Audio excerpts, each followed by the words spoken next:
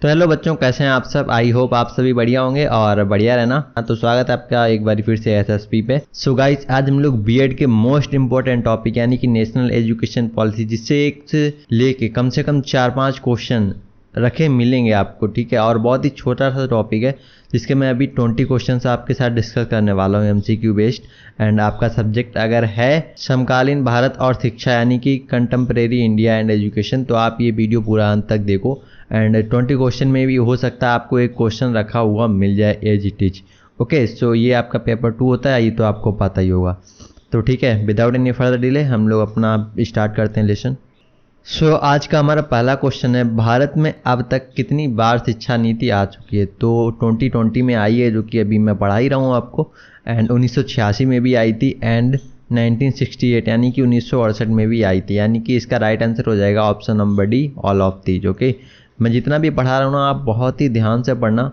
पक्का मैं आपको बता रहा हूँ कि अच्छा खासा स्कोर होगा आपका, ठीक है। ये ऐसा कोर्स है ना कि सबको नहीं मिलता है। ओके, सो नेक्स्ट क्वेश्चन है, स्कूल पाठ्यक्रम के 10+2 पैटर्न की जगह कौन सा पैटर्न रहेगा।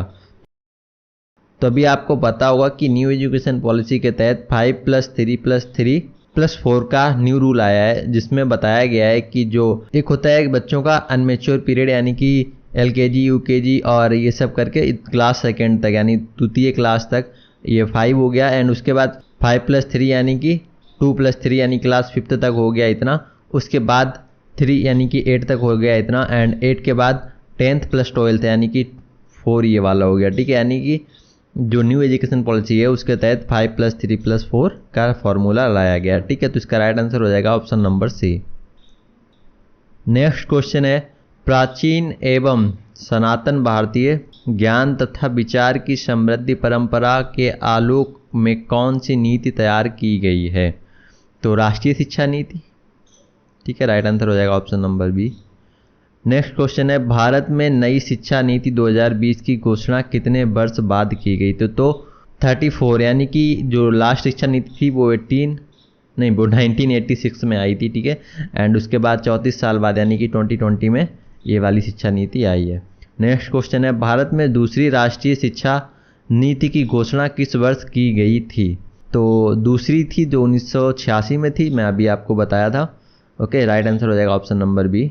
नेक्स्ट क्वेश्चन है, नई शिक्षा नीति 2020 कब तक लागू हो जाएगी। तो लागू हो जाएगी नहीं, लागू हो चुकी है 2021 से लेकर 2022 तक, ठीक है। राइट आंसर हो जाएगा ऑप्शन नंबर सी।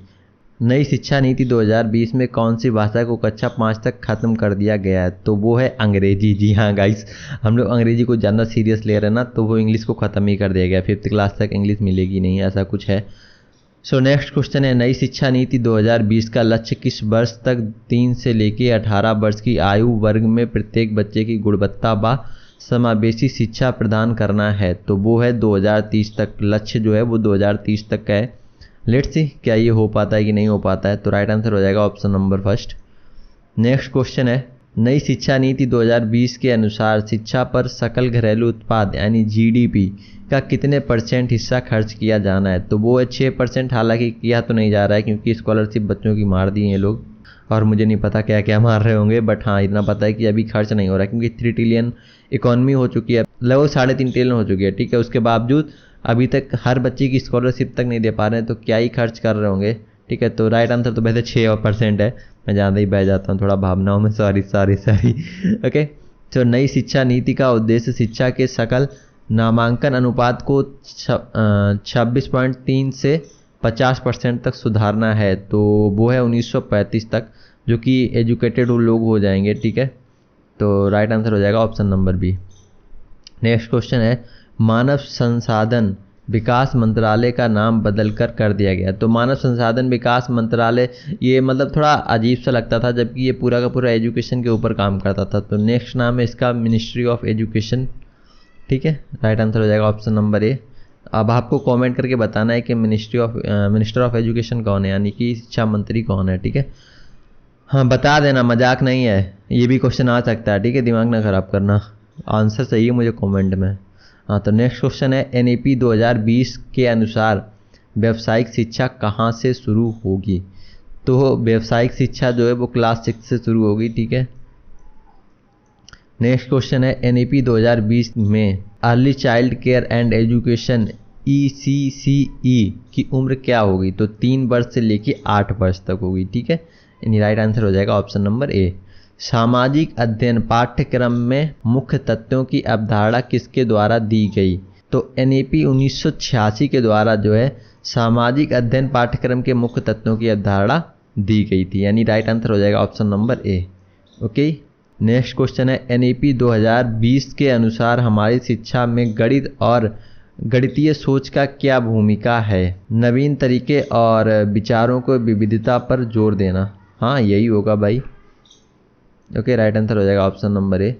NEP 2020 में एक राष्ट्रीय मूल्यांकन केंद्र स्थापित करेगा प्रस्ताव है। NAC का नाम क्या है? NAC का नाम और पता है आपको? NTA नहीं, प्रकाश है। ठीक है, प्रकाश इसका नया नाम है, इसका एक और नाम है। ठीक है, नेक्स्ट क्वेश्चन है NPE 1986 महत्वपूर्ण शैक्षिक उद्देश्य क्या था? भाई NAP का NPE कर दिया। ठीक है, याद रहे, नेशनल एजुकेशन पॉलिसी की बात हो रही है यहाँ पे। तो सार्वभौमिक पहुंच और नामांकन, यानी कि उसका यही उद्देश्य था कि सभी तक शिक्षा पहुंचे और सभी का एक बार स्कूल में नाम ही लिख जाए। ठीक है, तो यही उसका मुख्य उद्देश्य था, क्योंकि पढ़ते तो थे नहीं उस टाइम पे ज़्यादा लोग। ठीक है, तो राइट आंसर हो जाएगा ऑप्शन नंबर ए।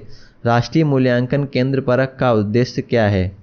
तो राष्ट्रीय मूल्यांकन केंद्र का मुख्य उद्देश्य बोर्ड परीक्षा के लिए प्रश्न पत्र सेट करना, नए UGC के लिए प्रश्न पत्र सेट करना, मानदंड मानक और शिक्षा निर्देशन निर्धारित करना। ये हो जाएगा राइट आंसर, यानी option number C. Okay, next question है राष्ट्रीय शिक्षा नीति 2020 के अनुसार उच्च शिक्षा में सकल नामांकन अनुपात को कितने प्रतिशत तक बढ़ाया जाना है? तो 50% तक बढ़ाया जाना, नहीं, हाँ 50% तक।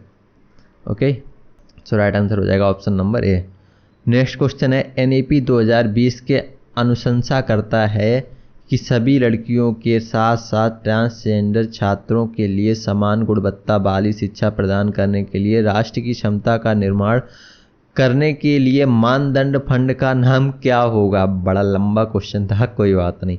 तो इसका आपको याद कर लेना है, क्योंकि ये काफ़ी ज़्यादा ट्रेंडिंग में रह रहा है ये सब चीज़ें, ट्रांसजेंडर वगैरह का टॉपिक। तो इसका राइट आंसर हो जाएगा लिंग समावेश कोष, यानी कि राइट आंसर हो जाएगा ऑप्शन नंबर सी। ओके, तो ठीक है, हम लोगों ने 20 क्वेश्चंस आज डिस्कस कर लिए हैं एंड आई होप आपको वीडियो बहुत अच्छा लगा होगा, क्योंकि मैं कोशिश करता हूँ कि बहुत ही सिंपल वे में आपको बहुत अच्छे से टॉपिक कवर कराऊँ और मैं आपका टाइम भी बचाऊँ। तो मुझे लगता है कि मैंने टाइम बचाया होगा आपका। अगर बचाया है तो प्लीज़ वीडियो पे लाइक कर दो एंड अपने फेसबुक ग्रुप में, व्हाट्सएप ग्रुप में जो कॉलेज वाला है उसमें शेयर कर दो वीडियो। ठीक है, दबा के शेयर कर दो ताकि मुझे और रीच मिल सके और मैं और अच्छे वीडियोस आपके लिए रिसर्च करके लेके आऊँ। सो ठीक है, फिलहाल इस वीडियो के लिए बस इतने रखते हैं। तब तक के लिए bye bye, tata, see you.